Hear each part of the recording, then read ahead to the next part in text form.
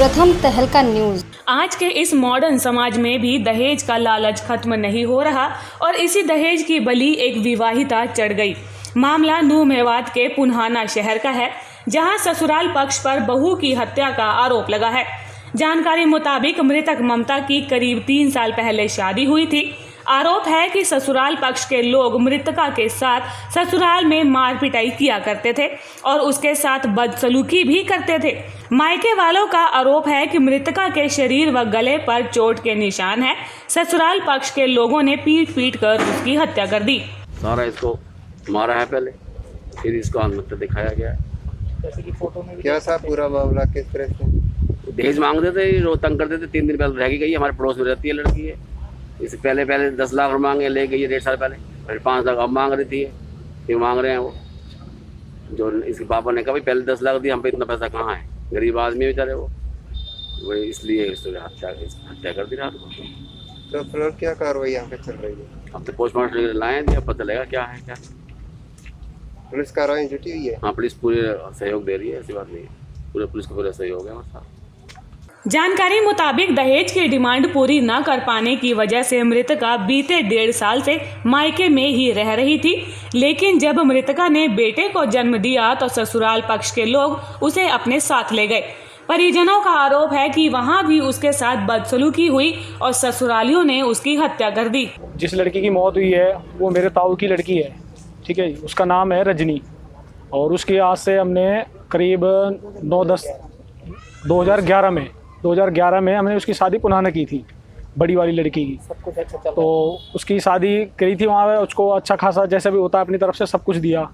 उसके बाद 3 साल बाद उसकी छोटी बहन है, उसका संबंध उसके देवर से कर दिया 3-4 साल बाद ना। तो उसके बाद उनकी ज़्यादा से ज़्यादा 6 महीने ही रिश्ता चला। मतलब लड़की जब वहाँ गई ना अपने ससुराल में तो 6 महीने ही रुकी वहाँ पे। 6 महीने के बाद से उनको बहुत मतलब पीड़ित करते रहे वो उसके ससुराल पक्ष वाले लोग। तो उस कारण से फिर उसको मार पीट के उसको नूह भेज दिया। तो नूह वो अपने माँ बाप के पास आ गई।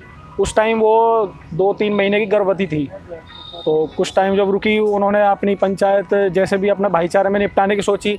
तो उनकी डिमांड थी कि भाई हम लड़की को नहीं रखेंगे, ठीक है जी। तो कुछ टाइम बीता, उसके बाद फिर साल भर हो गया तो उस लड़की ने एक बेटे को जन्म दिया मेडिकल कॉलेज में नल्लड़ में। तो उसके बाद फिर दोनों पक्षों ने आपस में बातचीत का रास्ता अपनाया। तो उसमें ये निकल के आया कि वो ये बोलते हैं कि हमें ये लड़की नहीं चाहिए, हमें तो इसकी लड़की का लड़का चाहिए, लड़की का लड़का चाहिए, हमें लड़की नहीं चाहिए, ठीक है जी। तो जो ये रिश्ता हुआ था ना, इसमें रिश्ते में जो पुनाने वाले लोग थे उन्होंने 20 लाख रुपए की डिमांड की थी। जो रिश्ता हुआ था ना उसमें 10 लाख रुपए इन्होंने पहले दे दिए थे।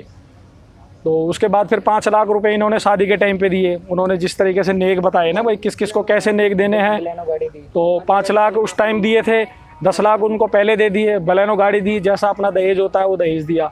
तो उसी चक्कर में फिर बड़ी बेटी को भी, मतलब दोनों बेटियां एक घर में थी ना, तो दोनों को पीड़ित करते रहे वो लोग। तो मतलब कंडीशन ये आ गई है, अब ये कल की ही खबर है, वो बड़ी वाली लड़की का मर्डर हो चुका है सर। पुन्हाना का पुलिस प्रशासन मामले की छानबीन में जुट गया है, लेकिन इस मामले पर कुछ भी बोलने से फिलहाल बच रहा है। ससुराल पक्ष के लोग फरार हैं। मौत के असली कारणों का पता तो पोस्टमार्टम रिपोर्ट आने के बाद ही चल पाएगा। देखने वाली बात तो यह है कि पुलिस आरोपियों को आखिर कब तक पकड़ पाती है। प्रथम तहलका के लिए नूह मेवात से अनिल की रिपोर्ट।